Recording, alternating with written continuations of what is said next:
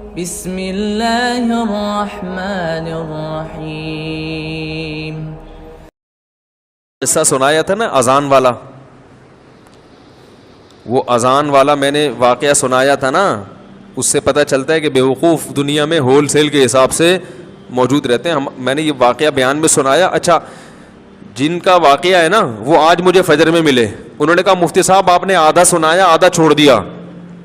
تو میں نے کہا اچھا آج کی بات ہے, آج فجر کے بعد انہوں نے مجھے پورا واقعہ سنایا. پھر انہوں نے کہا اب یہ بتائیں پورا. انہوں نے کہا وہ آدھے میں وہ مزہ نہیں ہے جو پورا واقعہ ایسے تھا. انہوں نے کہا نیٹ پہ سنا نا یہ واقعہ, وہ انہی کا قصہ ہے. تو انہوں نے پھر مجھے پورا واقعہ سنایا. بہت سے لوگ ہیں جن کو یہ واقعے کا پتہ نہیں ہے, تو یہ واقعہ اس پر کہ بیوقوف دنیا میں ہول سیل کے حساب سے موجود رہیں گے. تو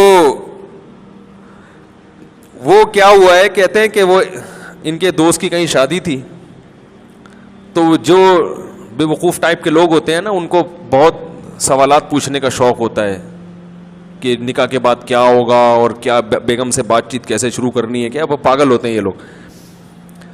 تو یہ آ گیا ان کے پاس, ہمارے جو دوست, نام نہیں لوں گا میں, بیٹھے ہوئے ہوں گے یہاں پہ.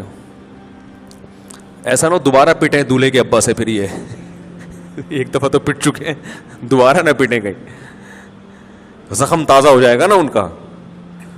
تو وہ دولہا جس کی شادی تھی, رخصتی تھی رات کو, وہ آیا ان کے پاس ایسے ہی پوچھنے پاچھنے کے لیے. تو انہوں نے بتایا کہ بھائی دیکھو, زوجہ کے پاس جانے سے پہلے اذان دینی ہے تم نے.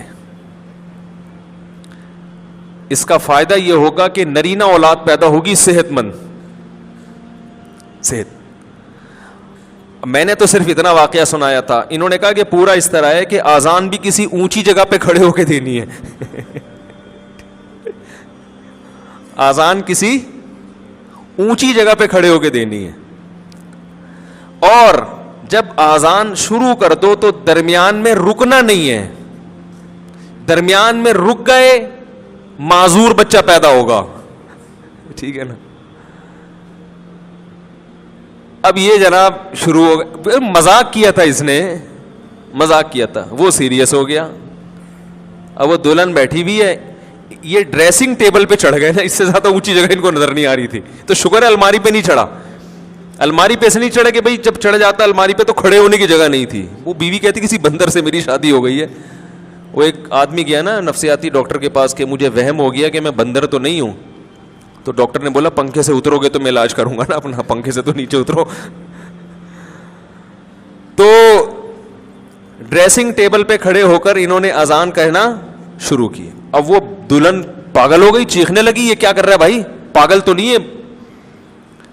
اور جا کے نا دروازہ بجا رہی ہے. تو یہ اذان کے دوران اس کو کہہ رہے حی علی الفلاح, اس کو اشارہ کر کہ نہیں کرو. اذان بھی چل رہی ہے, حی علی الصلاح حی علی الفلاح, اور اشارہ کر رہے کہ نہ نہ نہ.